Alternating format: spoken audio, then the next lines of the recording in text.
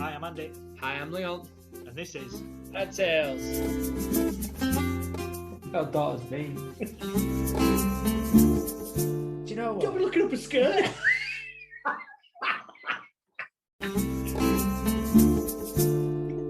I've got my socks on. I don't care, I'm really sick. Can I have a record in progress? Happy Dad Tales Day.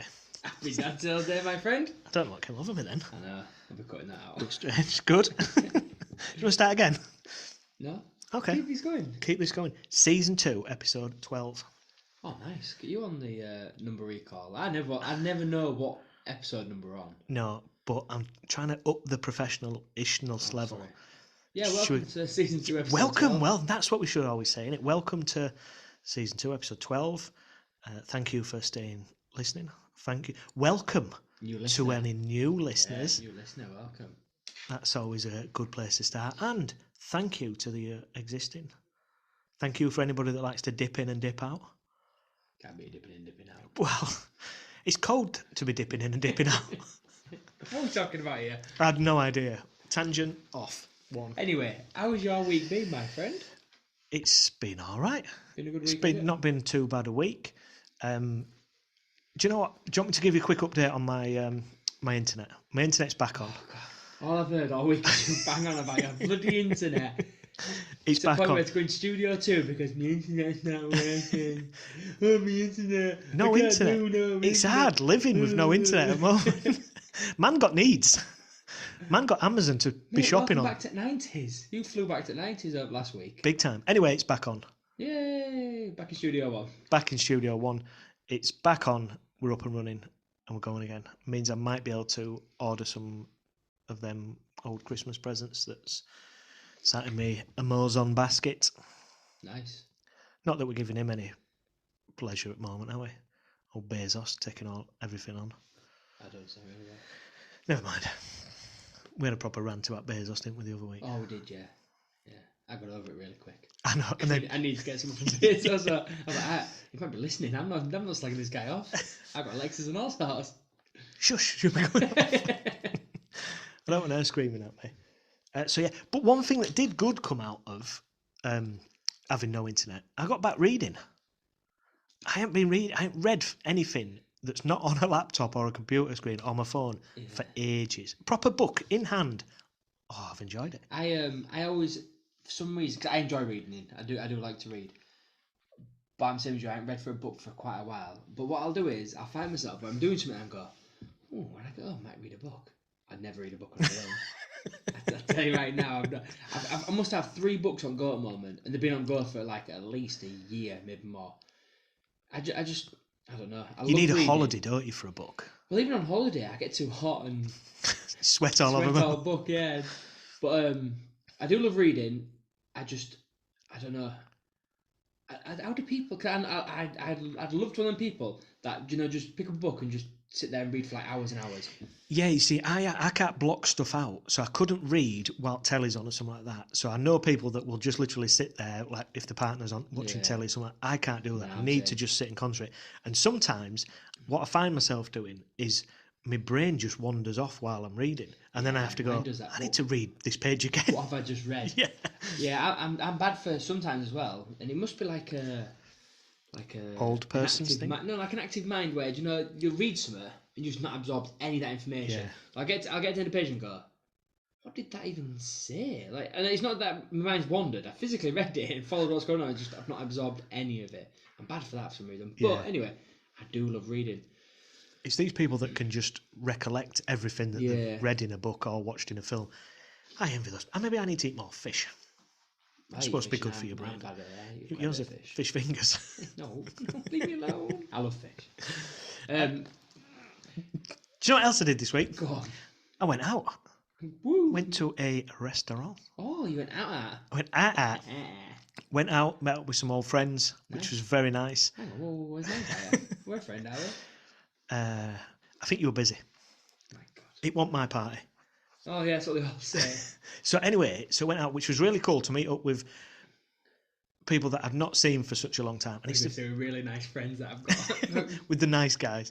And and like friends of friends as well, Yeah. which is Yeah. always good to kind of have a get to meet them sort of people as well, isn't it? Yeah, which was good. But do you know what? One thing I did notice while I was having our discussions around the table, it's very much a different discussion than we used to have when we used to go out when we was 18, 19, 20. Nice. So we touched on mortgages, we touched on interest rates, pensions. You talk about work, which you generally do, don't you? Weight. Nice. And I would certainly put my hand up, and I was probably one of these that was cautious of what I was drinking because I had things to do the next day. Yeah. We never thought about that at 19, 20-year-old. No, do you reckon? You know, because my hangovers now are 2 days long. At least. Yeah, I've got a tolerance for drinking, but my hangovers don't seem to be there anymore. I just can't. I can't anymore. I like drinking, but I just got to a point, and I think on Friday that I just kind of gone, I'm done. So I was as if I was one of the sensibles. I'm generally last man standing. Yeah, as if you was. Not on Friday. I'd had enough, and it was cold as well. To walk home, it's cold. No, I hate walking home cold. I know. Speaking about your topics, to go back to, do you ever find like the morning after when you wake up, you think, oh, why was you talking about that? Why did I? Mine's like, if we talk about work and stuff, I'm like, why was I talking about work? Even I don't want to talk about work, but for some bizarre reason, I'm bad for like talking about things like that. Put the ball down, Leon. Exactly, yeah. Yeah. I think the thing was because I felt we could talk about work in certain aspects because these people are not seen for ages, and I don't necessarily know what everybody does. Yeah. So it was good, and what was nice was we had some kind of crossovers in what we do as well. So nice. which was good. Yeah. And then there's other people that are using leisure centre and things like that. So it's quite nice to talk about getting fit and you know, because we've all at that age and gone, I'm a bit fat and unfit, and I need to do something. Which was good. It was also quite nice to reminisce about old times as well. But yeah, very different conversation than we had when we was 18. A lot younger. Yeah. But when we was younger as well, what you'll find now is like I never went out for food with or like a night out with partners. It was always lads, and even now to an extent, I do go out with Amy and stuff. But only in the last couple of years, and we've been married nearly 10, 11 years. But we only started going out as like couples because for some reason I always went. I did my thing, she did her thing. It's maybe taken her this long for her to accept to go out in public with me. She's maybe been sort of warming her friends up to you. Yeah. And then it's taken sort of 6 or 7 years and gone, right. This is him. I've made a commitment. Certain people I'll introduce you to at the moment. My other friends, my nicer friends, are going to be a bit later down the line. And that could have been a thing. I think so. You got a point there, actually. When there's point of no return, she's actually going, yeah, I can't get anyone else now. I'll have to put up with him. Yeah. Unlucky. Yeah. How's your week been? My week's been ups and downs. I've had a bit of a mixed bag of a week. I had my sister's funeral this week, which was a bit of an emotional one. And then yesterday we went to see Santa. Went on Polar Express. It was really good. That's one of them things that I've never... We'll just go back to the original one first. We'll go back to Becky's funeral, which was it was nice. It was. It's a strange thing to say about a funeral, but it was nice. I don't think I've ever been to a funeral, and it's unfortunate that feel like I've been to so many, where it's not nice. Yeah. I thought the vicar was really nice. She did say, and do you know what? I didn't say this to you on Thursday, but I'll tell you now. When she said at the start, don't be afraid to cry and don't be afraid to laugh either. And you read the eulogy out very, very well. And oh man, huge kahunas to do something like that, which was really good. There was a couple of little bits in there that was funny. And I mean, for you, that's right. But I felt that the atmosphere changed in church. I felt it went from quite a sad thing where people had kind of gone, we're allowed to laugh here. It was like you'd acknowledge to everybody, just have a laugh. Yeah. And because that's what Becki would have wanted. Yeah. She wanted to do me or glue me. Like, I'm completely different. I want everyone crying their eyes out. I want mine really dark and. Ugh. Whereas, like I say, Becki wanted hers to be, obviously, she would have done joyous and fun and rainbows and colour and stuff.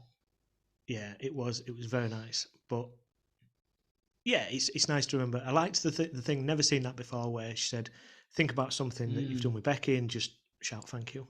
Yeah. Thought that was pretty good. There was a lot of people that did. A lot of people didn't. No. And I think I was one, but I said it to myself. And I think everybody in there will be able to remember. And another thing that I probably didn't mention to you, but to somebody else, that I thought the amount of different groups that she was involved in, different circles of friends, I just thought it was pretty good. Like I say, big thing with me was like the amount of people that had turned out as well. I mean, we had a best friend that she grew up with, came all the way from Norway. That's amazing. Flew in day before and that, and then obviously she's gone again now. But yeah, like I said, just the amount of people that turned out, that was the best thing for me. That I knew she'd not touched a lot of people, but a lot of people knew her and wanted to pay their respects to. I think church were packed on it as well. Absolutely rammed. And I think this is probably something we'll have to talk about on another pod, because obviously, as a parent, you've got to manage how you grieve, haven't you? Yeah. You know, because you've got your children, and you obviously want them to not to mourn, but to remember and learn to remember and things like that. So we'll probably do that on another pod. Good to say the funniest thing. We've had a lot of things this week. Well, not this week, but like since obviously my sister passed. Like Noah's just that too young that he obviously understands, but he doesn't understand as well. Yeah. And you'll do something, and it'll be like something to do with Becki, and he went, "Oh yeah, can't do that now, can we? Because Becki's dead." And it's like so blunt to the point. It's like, yeah, you're right. But that's good, isn't it? That it can that you can sort of giggle about that stuff, because it is very innocent, isn't it? What yeah. Like I said, there's nothing in it. It's like, oh yeah, we can't do that now. Yeah. But like the chalk and cheese, I know I don't want to get down this right now, like with the other grieving stuff, but like Ava is completely different. Like I don't want to say she's struggling, but she's having a bad time in showing emotions or dealing with emotions, I think, at the moment. So I definitely, we'll do a podcast on it'd be interesting, because especially with kids, because it's a whole kind of worms. Like how much you tell them, how much don't you tell them? Like as far as I'm aware, my two don't really understand or comprehend that a body goes in the floor. Like, my brother passed as well, but we used to always go to my brother's grave, which they'd never met my brother, so obviously all they know of Dan is like the grave. But I don't think for once they understood that Dan was under the ground type thing. I think that's another big part of it though as well, isn't it? That you need to keep that memory of people they've not met, whether that be parents, grandparents, aunties, uncles, whatever it might be. I think it's important to keep that going. But let's definitely do that on a further down the line pod. But when we might be able to do it without crying. That's a light-hearted podcast where we're just marling our eyes out. Yeah, that'll be interesting. So talk to me about Polar Express. Oh mate, unbelievably good. It's like my week. I've just gone from one down straight to the next thing. If anyone gets a chance to do it, go. If anyone's got any kids around, put things over ears, go while the magic's alive. The magic's there, because it was class. Have you ever seen the film Polar Express? I don't think I have. So pretty much in a nutshell, this kid, I think he's on the verge of not believing, and obviously he's a bit unsure. And bit like you. Yeah. Tom Hanks rocks up. Tom Hanks is the conductor, and he pulls up on his train, but this train appears off the tracks. He pulls up outside his house, tells him to get in, and they go on this adventure on the train and stuff. But all on this train, there's like singing chefs, dancing, there's a conductor who's like entertaining and stuff to the kids. They were doing that last night. Honestly, I was sat there thinking, this is unbelievable. Like people are running down carriages, like dancing and singing. I was like, this is unbelievable. We've got our tickets that are the same, and it came around and they did all of that, like cutting it out and stamping it. Puts an E for Matu, but he either put your initial or the E for believe. I don't think he knows that's believe. But I don't want to question that. But it must be something in the film where he puts an E for believe. All right. So you much greater benefit if you've watched the film first, maybe. Yeah, because like I've seen the film, but do you know in Dribs and Drabs you've watched something and you've watched it in Dribs and Drabs because the kids have watched it like a few times. Yeah. But it's never took my fancy, and I've come in, seen this bit, I've seen that bit, I've seen this bit. I think I've probably seen the whole thing, just not in the same. Not in any order. Yeah, just bits here and there. So I understood what was going on, and I knew, like, the thing I didn't understand was there's like a hobo. And apparently this is a kid that lost his ticket when he was younger, and if you lose your ticket, you can't get off the train. You're a bit dark, like you're doomed for life to travel the Polar Express. So this kid couldn't get off. It sounds like a good place to be, though. Yeah. I want to be on it. But he was like, he becomes older. He grows up on the train or whatever. He's a hobo. He's homeless. And I was like, what's that? What does hobo stand for? It's Americans, isn't it, for homeless? Yeah, but is it homeless, boneless?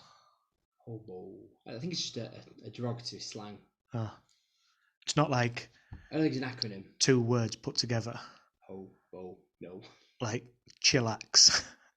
It's not one of them words. That's a word, mate. It was 2 words that have been put together, hasn't it? It's you. hobo. I'm not making this stuff up. Have I just made that? I haven't made that. No, you haven't. No. Just don't ever say it in my presence again. I thought it was cool. But anyway, getting back to Polar Express, brilliant. My kids, honestly, the faces, that was the weird thing, like, just... Their faces. Well, no, it's like someone lit them up. There was like, I know this podcast isn't doing it for like justice, like my face, but yeah, just like, I don't know. If you get a chance, I'd recommend doing it. Nice. It's well worth an adventure out.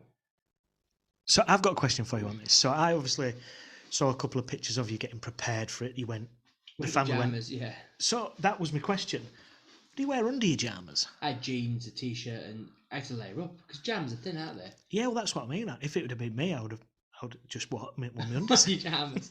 Well, I put jeans on. Kids put like trackers and that underneath theirs. It was pretty much reverse. Like we used like the pajamas long johns, so we got dressed and then just put the pajamas on top. Yeah, So yeah. reversed it round. And everybody wore pajamas. That must be a thing from the film, then, is it? Yeah, so everyone goes in pajamas, dressing gown. You really should go in slippers, but he said don't go in slippers because don't break slippers because obviously I had to walk the train and stuff off the station platform and that. That was the best thing. We went from Wensleydale station, and obviously it must be a heritage station because it's not a live line anymore. I'm presuming because that was the only thing that was broken down. Does the train move then? Oh yeah. Yeah. So we stood on platform, and these lights came on like, and it was like, and I could see it was smoke billowing in corner, in like from through distance, but I just couldn't see it. And all of a sudden, light came on, poof, big massive spotlight was like, and the train came through. Honestly, it was like the most magical thing in the world. And this train's coming through, and it was proper steam train. They've got like a proper steam locomotive. Well, you are the influencer, aren't you? On this podcast, you are out of the 2 of us. You're the influencer. Yeah. I mean, everybody get on it. You'll see nothing but everyone on Polar Express. But I like I say, I think it was really good. For like, do you do? I mean, we're still a bit early for Christmas for me yet. Yeah. So we will start to talk about Christmas in a couple of weeks. But are you're a pantomimer, aren't you? Yeah. Is that on this year? Yeah, you're doing that. Yeah. Yeah. Yeah. So we meant to go last year, and to be fair, there was no like I don't know. I want to say dramas or like that. Everyone seems to be in a bit of drama during COVID. I can think they just said, look, like same seats you had last year, which move you on to next year. If you don't want it, let me know. We'll take your money back off. We'll give you money back, and vice versa. And was like, no, we'll just keep the money. We'll just keep the tickets and go to next year. So yeah, we've been on Boxing Day for the last 5-6 years. Yeah, it's kind of your thing, isn't it? That Yeah, Boxing Day. It's quite cool. I quite like it. Kids love it. Oh, good. Like I say, it's one of those. I don't know. It's one of those faddy things that it's now become a tradition that I don't feel like I want to break. Well, that's good because we talked about traditions probably on about episode 3, didn't we? And stuff like that was always a good thing, I think. And I think not necessarily having traditions from your parents, but ones that you can start yourself. Yeah. I know you go with your mum and dad and that, don't you? Yeah, well, my mum. Your mum. My dad doesn't go. No, my dad doesn't do them sort of things. But it's still a nice family tradition. Yeah. Cause, I mean, Teddy and Jess, so Teddy and his partner come, and they've been coming. Yeah, probably all the time as well. Yeah, good. So we'll get on to Christmas in a couple of weeks, won't we? Yeah. We're gonna have to. I'm not ready for it. As in, like, it's nothing to do with like circumstances like that. I just think, I don't know. You know what it is? You need your tree up. I don't. You do. I know. Right. I know. I've got Plonker's blog coming. Is that you? No. No. Right. So I just want to say, Plonker blog's coming. Why has everyone got the trees up in like 3 weeks before November's even finished? Like, I can handle people more, like, round about now. Today, we are behind the curtain, 28th of November, we're recording this. So, and people I've seen putting them up today and stuff like that. It's November. Put them up in December. It's the first weekend of December is acceptable. I'll even take Wednesday the 1st. Go for it. I think a lot of people have gone because people go a bit crackers now about Halloween. Take Halloween decorations down and put Christmas ones straight up. And people go, oh, it's because we didn't have one last year. We were doing it last year as well, so don't use last year's we didn't have one as an excuse. People just, oh man. But this for me, I'm fully on board with this, because this for me is why people get so exhausted with Christmas. And those people that might be on their own, don't have a tree, anything like that, we're on this catch-up, aren't we? To go, oh, I must do this, I must do that, I must get my house all fully decorated. If I don't, then I'll stand out in the street because I'm the only one that doesn't have... I was with my mum the other day, and she said something about, I understand people that put lights outside. You can't see them. I like your mum. I knew I always liked your mum for a reason. But the other thing that's with me is, like, if I put my stuff up early, that's my electricity bill going up for longer. Yeah. I can't... Do you know what I mean? Oh, man, it just grinds my gears. We're just getting one-upmanship on everything. Everything we do, someone has to go one better. Which is sort of okay, but can we have some sort of, like, deadlines and timescales? Christmas starts in August as well, doesn't it? Because once summer starts finishing and kids are looking to go back to school, the supermarket starts putting stuff out. So you at that point, you're kind of going, oh, God, I've got to get stuff in for Christmas. But I've always been the Scrooge of us two. Just for new listeners, we're not a partnership. Yeah. Can you stress that a bit more? Because I don't. We are not together. Because in the early days, people kept asking us, and I was like, "You joking? It's David." Ouch! You couldn't do better than me. Bloody could. You couldn't. Not a chance. Anyway, so I'm going to try and buy into Christmas this year. I'm going to try and be more prepared and watch this space. I'm going to do it. So my tree's going to go up next weekend. I'm going to try and get into the festive spirit from there on in. And yeah, I'm going to be... We're switching roles basically this year. It sounds like you're going to be Mr. Scrooge. Yeah, let's go for it. Yeah. If you've got your tree up before this goes out, you will, because it'll go out by December, won't it? Yeah. As soon as it goes out. I was going to say, you're an idiot. We know that. Anyway, let's move on. I've got some facts for you. I like a bit of fact. Are you ready for these? Yes. Right. So, one fact, one non-fact for you. In 2010, a Japanese company created a fire alarm for people that were hearing impaired. It sprays vaporized wasabi into the air. Right? Or a pronk, P-R-O-N-K, is someone described as someone with one nostril smaller than the other. Pronk. So, which one's fact? Which one's fake? So, fact or fake? Fact or fake? Just going with the wasabi in the air. That's got to be something for when you're asleep then. That can't be just in general. I don't even know what wasabi is. Wasabi's quite hot, isn't it? Spicy, yeah. It's like so it's like... Which is the irony when it's a fire alarm. Yeah. It's a bit hot in here. just because the normal thing you do with people who are hearing impaired, you put a flashlight, so a strobe light goes off.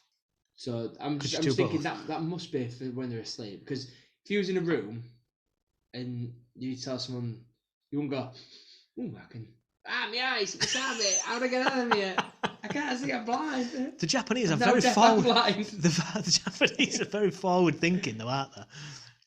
I'd say that's like, I don't know, like kicking your nuts and going, "Get out." You're alert to it, but you're not going anywhere quick. Yeah. And what was the other one? So the other one, a pronk, is someone that's described as having one nostril smaller than the other, or one larger than the other. Pronk. I think pronk is it's not like, oh, your nostril's bigger than the other, you're a pronk. I think it's the actual, like... The terminology. Terminology for it. Medical, yeah. I'm going to go with the pronk is real, just because I don't think you could make up pronk that someone's got a... Am I wrong? You're wrong. Am I wrong? Yes. So you've made up the... I've made up. Pronk is a real word, and I'll tell you exactly what it is. Okay.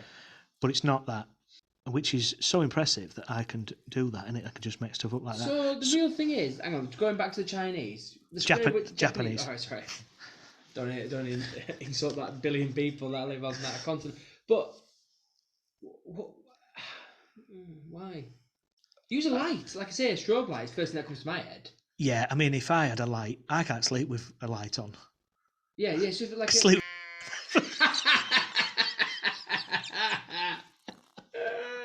Guess let's click that explicit button this week.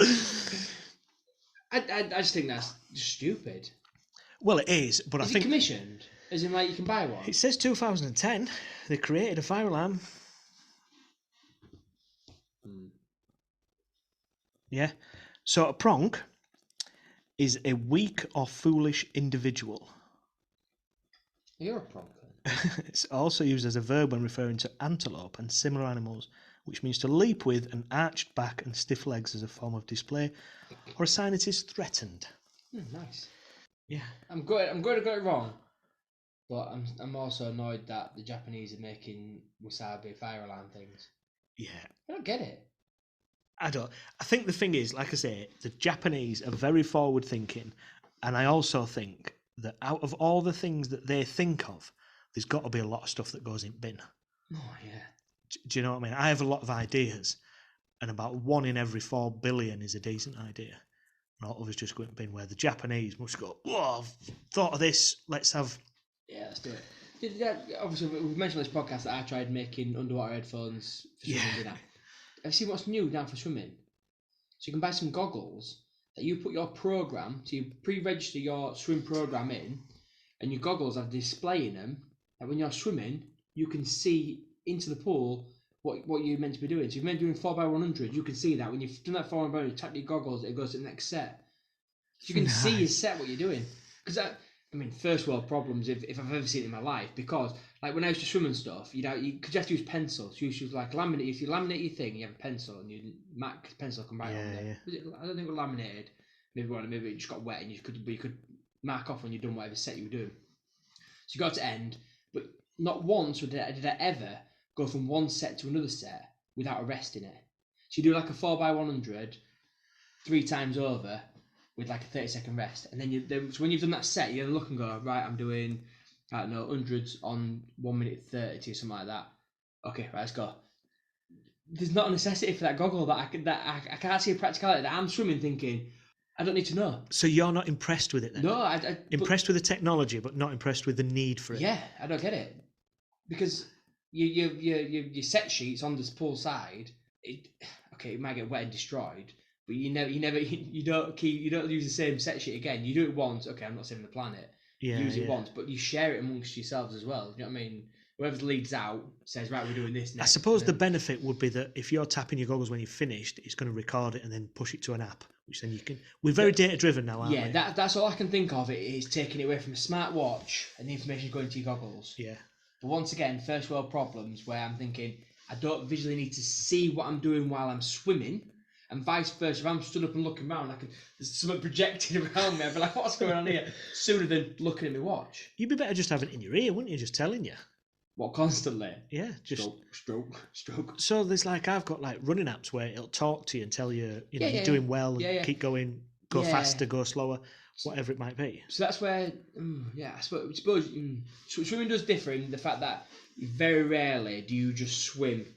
Well, you will do now and then. You'll do like a full mile or whatever if you're mile oriented. But if you're actually doing sets and pyramids and all that jazz, you don't need someone to keep telling you what you're doing. I suppose my problem is when I swim, is that I lose count. Yeah. And that would potentially be a thing, wouldn't it, if you could tap every length or every... Well, my watch, so I've swum my watch a few times, and you don't need to. It'll just lock it. It logs it. Yeah. You just say I'm swimming a 25-meter pool, and it knows when you've done 25 meters effectively. There's a lot of things out there though that's invented that was absolutely stupid. You know my feelings about the spoon for the spoon. The spoon? Oh, we've got one of them. You have a spoon that you put your dirty spoon on, and them little... But that's needed. It's not. It is.